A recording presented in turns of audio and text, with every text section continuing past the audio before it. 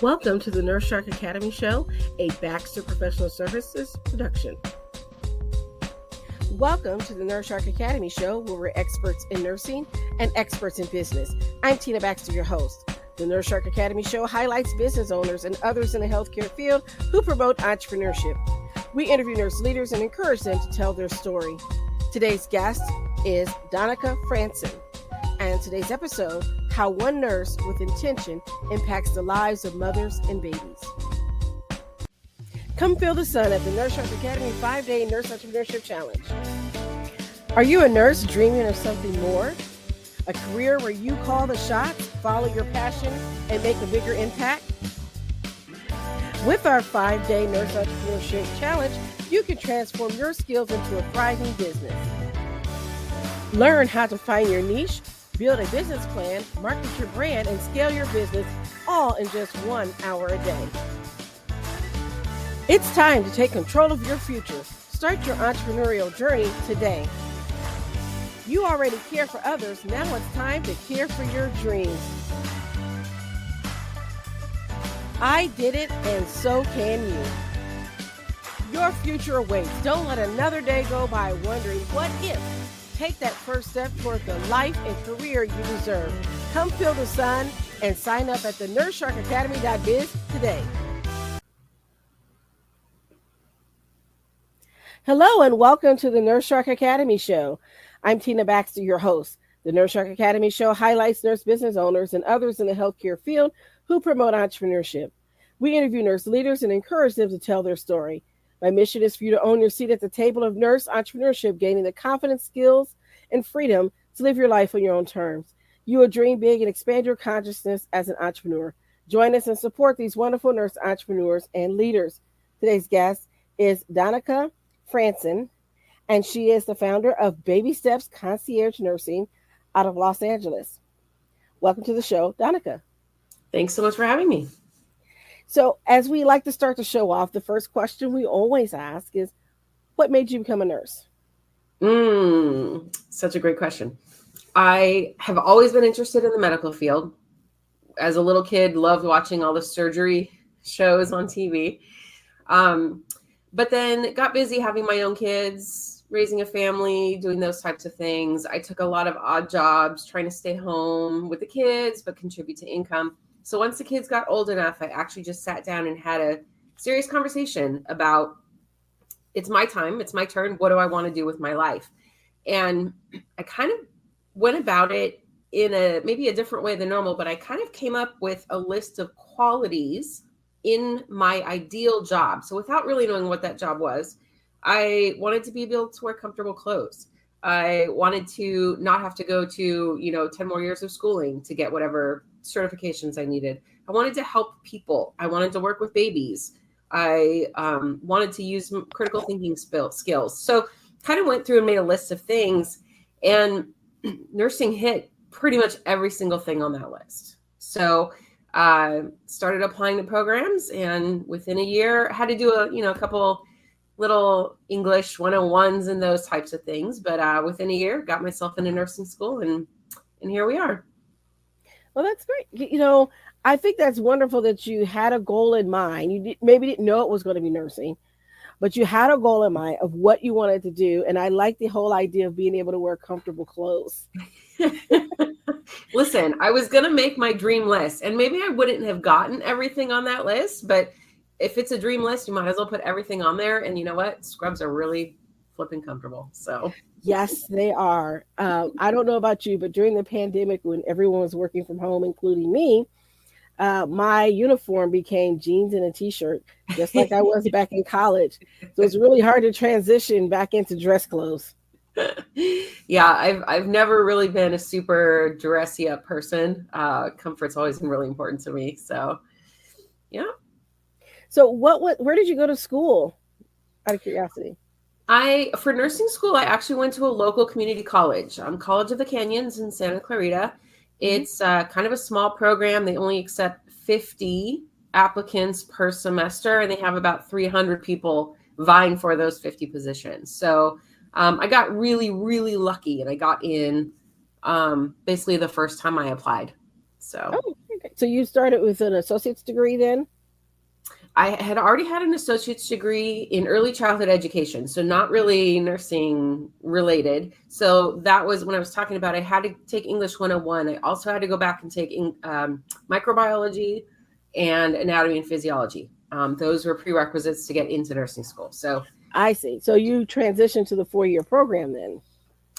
So it actually is a 2-year program. It's Mhm. so I already had the associates in early childhood education. The nursing program gave me my ADN, Okay. my associates in nursing, and then I got a job, and my job helped pay for my bachelor's, and I did that while I was working.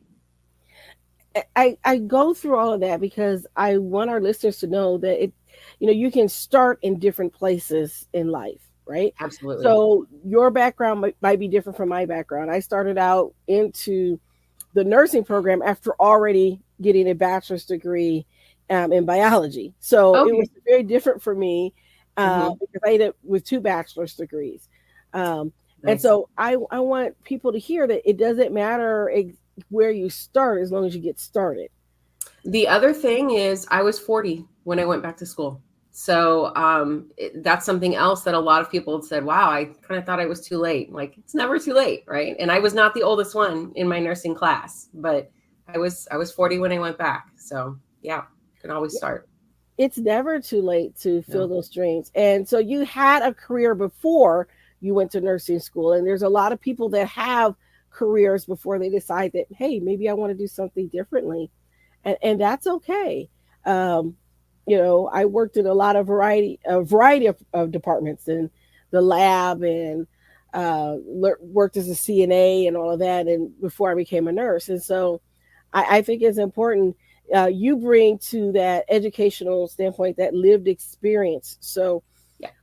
when I got to nursing school, because I was over the age of 25, Okay. um, I was told that I could qualify for my prerequisite classes on the old geezer rate, is what Oh, they would call it. I did not have that option. Well, they had a school of adult learning, Okay. and because they had the school of adult learning, a lot of the prerequisite courses fall into that category. So I Nice. could take it through that before I got into the nursing program, which I started into the nursing program as a sophomore, right into the program because I already had a bachelor's.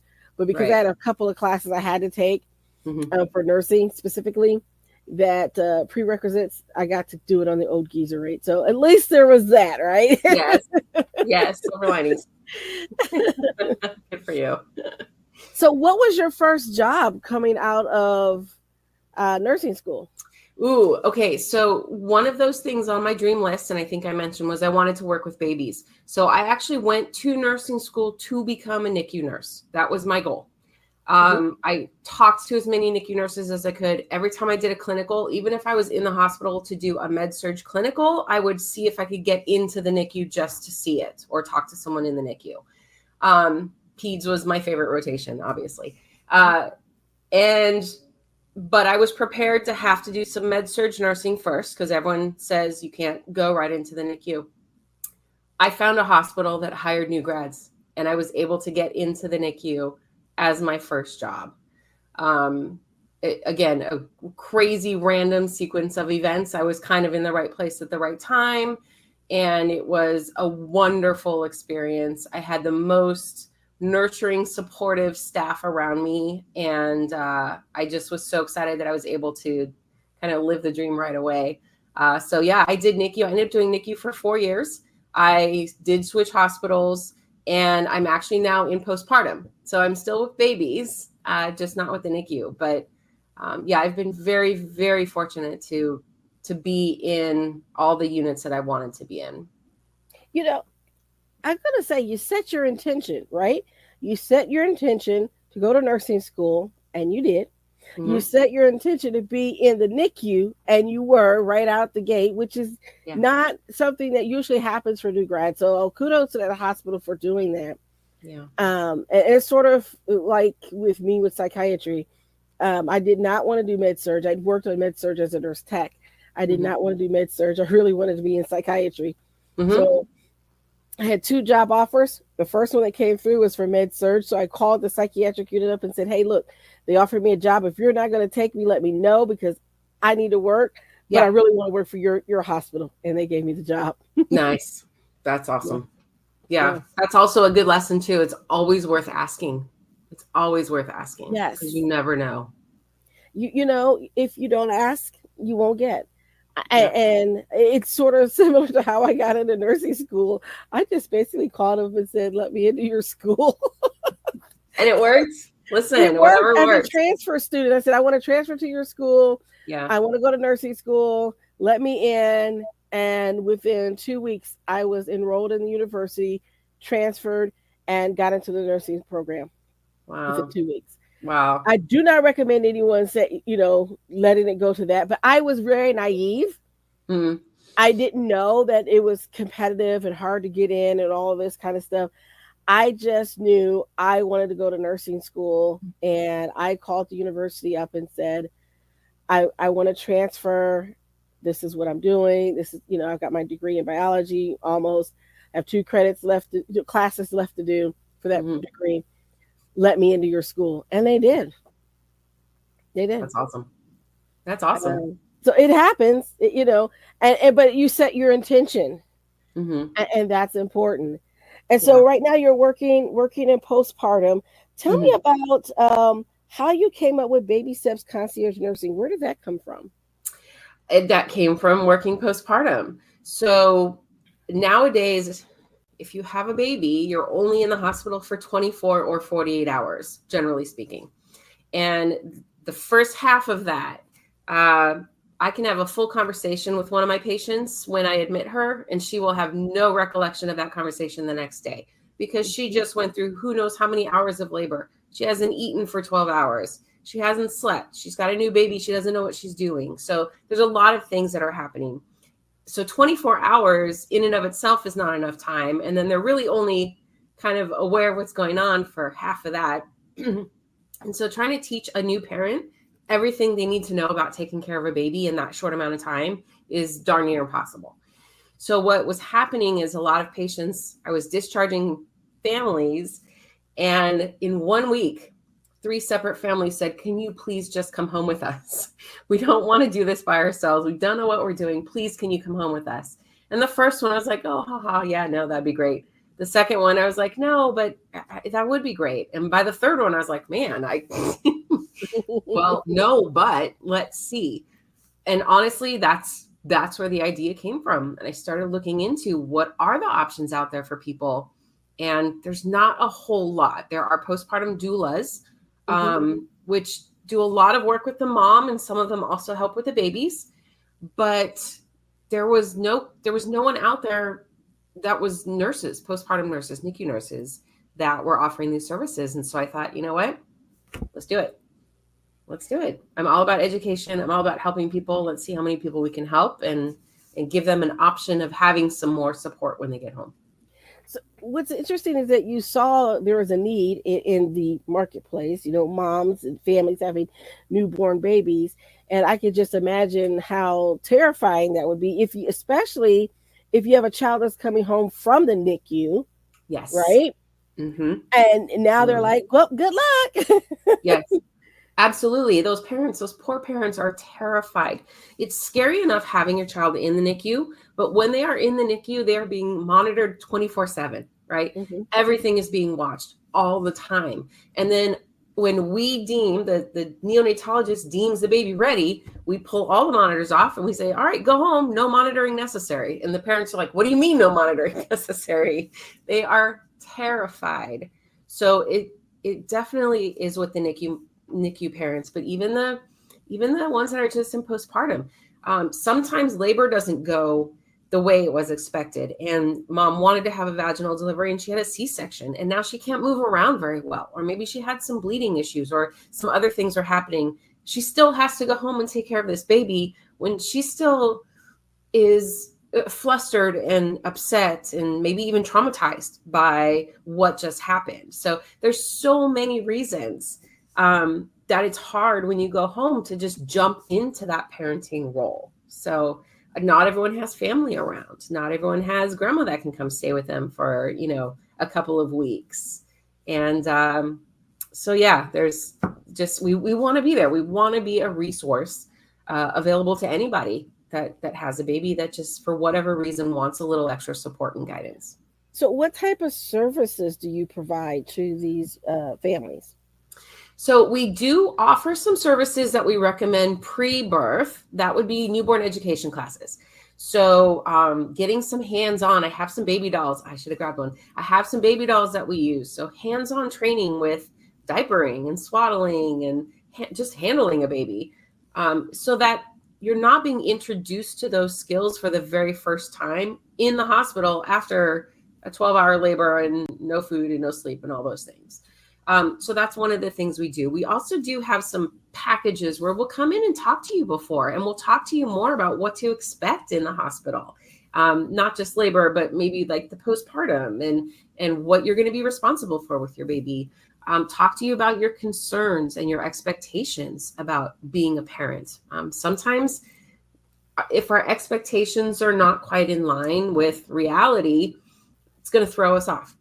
And so if we can kind of talk to parents ahead of time and make sure that their expectations are within the realm of reality and they kind of know some of the things that can happen, it kind of just sets the stage to have a better experience overall. Then once the families go home, excuse me, once they're discharged from the hospital, we will send a nurse. And I want to mention that we are the only company that hires only registered nurses. So all of my employees are registered nurses. They work in NICU and or postpartum. But we will send a registered nurse to your home to check in on you, to spend more time with you, helping you give the first bath, or troubleshooting with breastfeeding issues that you're having, or you have questions about how to integrate the new baby with the sibling. It's kind of whatever needs you have, we want to be there to help so that you can create the routines that work for your family and really set everyone up for success so you can enjoy it a little bit more and not feel so panicked and fearful and overwhelmed. Okay. So if now I'm assuming that you're basically just in the California area. Are you all over the Los Angeles area? Do you have other places in California that you service? We are currently Southern California. Basically Southern California. We are creating online courses that can be taken across the country, obviously. And we do have plans to expand, but for right now, we are just in Southern California. Okay. Actually, though, I do want to mention, because there was kind of an interesting scenario that came up. We've had a couple interesting scenarios. One of them were some twins that were in the NICU, and they were getting discharged home, but the family actually lived in England. And so they had to take the babies on the plane. One of them was still on oxygen, and the airline required the family bring a nurse with them to be in charge of the baby that was on oxygen during the flight. Oh, wow. So that, yeah, a very unique situation, not something that happens very frequently at all. Another family we work with surrogates and intended parents as well. So there were some dads who the surrogate was delivering in North Dakota, and she was having triplets, and they lived in California. So they said, there's only 2 of us and there's 3 babies. Can we get someone to help us bring the babies back? So there are other unique situations we can help in as well. Like you mentioned, NICU baby. If you have a NICU baby that is going home with a wound or a drain or medications that need to be given that the parents are uncomfortable with, those are all also things where having a nurse come visit you at home is going to be very helpful and comforting. Well, that's wonderful. And it sounds like this business that you built is sort of unique, because this is the first I've heard of things. I mean, I've heard of nurses coming to visit in the home, but oftentimes they're through like home health agencies, or maybe the hospital send out a nurse to do a well baby check or something like that. But this is a little bit more involved. Yes. And that's the whole idea. And those well baby checks, unfortunately, are not available to everybody. Not all hospitals offer that. Not all areas in California offer that. Not all insurance companies will cover that. So this is available to everybody, no matter where you live. I mean, it is a paid service, but it's not dependent on which hospital you delivered at or any of those types of things.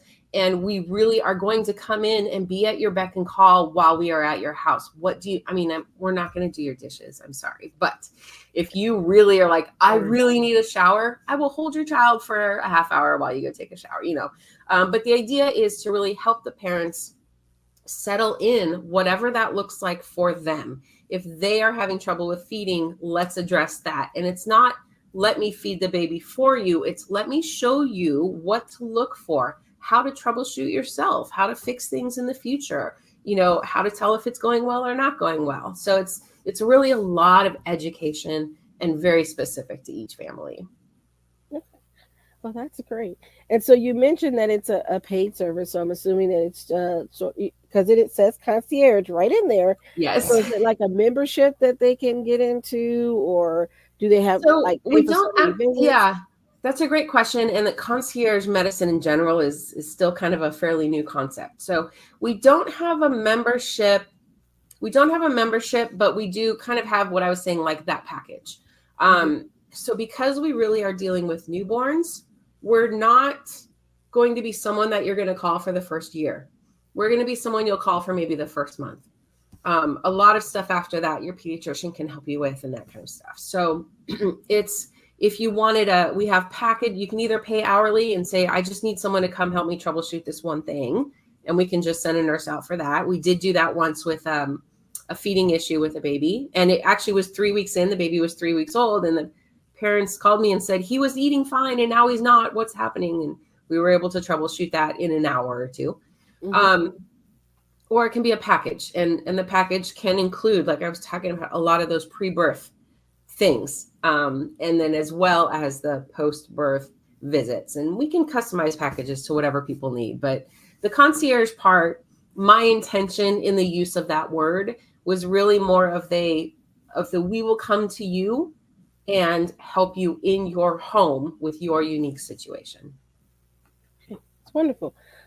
So if someone were to want to get in touch with you, how would they do that if they wanted to utilize your services?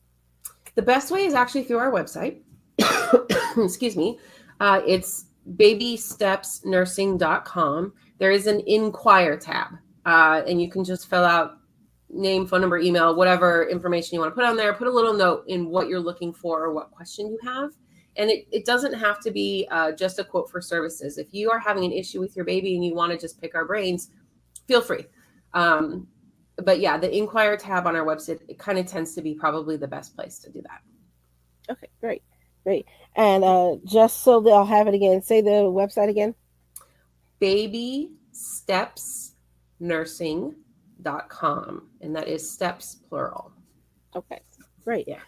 Now, seeing that you saw that need and you started this business and everything, and you're now a seasoned business owner.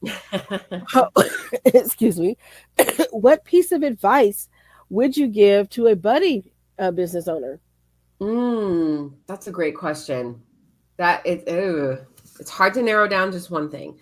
What I would say is, don't try to do it all yourself. So ask for help from as many people as you can. And everyone has different strengths, right? So I have a really creative sister and brother, actually. My brother designed my website. And so I was asking them for ideas for the name of the business. And I came up with some names for the business. And the names that I liked the most, they were like, maybe, I don't really know. So then what I did is I did a Facebook survey of all of my friends on Facebook and said, here are some options. I'm going to start a business. What do you think? And by and large, they all chose the same one, which was not the one that I wanted. They all liked baby steps. But it was, I would not have done that. Normally I would have been like, I have to choose a name. I have to get the paperwork together. I have to figure out the pricing. I have to do all these things. There's a long list of things to do to start a business. But I know some business owners, not in this industry, not in the medical field, but running a business, there's a lot of similarities regardless of what industry you're in. And yes. I just started saying, hey, can I take you to coffee? I have some questions. Can I take you to coffee? Let me tell you about this idea I have. And I got a lot of really great advice. I also got connected to some really great people. I had to have attorneys involved. There's contracts involved. There's I have HIPAA I have to be aware of.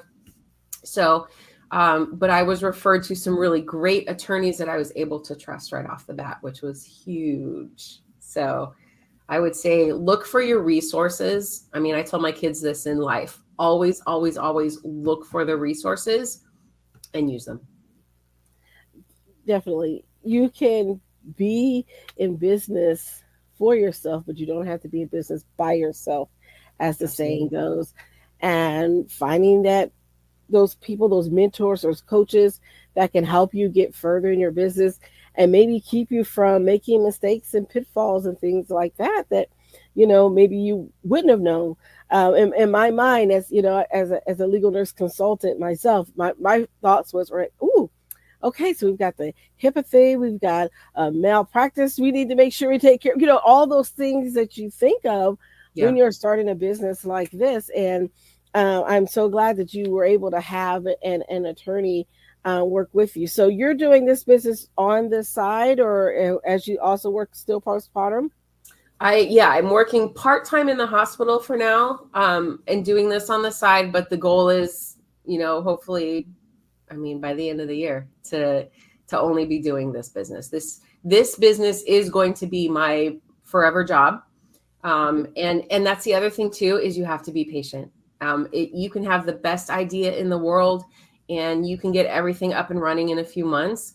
Marketing is hard, advertising is hard, and it just takes time. And so knowing, like, I still am keeping my part-time job for now, and that's okay with me because I know in my soul this business will be great. I just haven't hit that point yet where I can quit my job, my part-time job. So Yes. yeah, being patient is the hard part of it, but it's And it's okay to self-fund your dream. It's okay to work your 9 to 5 until your business is able to be sustainable. um, the important thing is that you got started, and so many nurses think about it, oh, one day, or I can't afford to do it now. But what can you do to get started, to get you in that momentum, to yep, get you moving forward?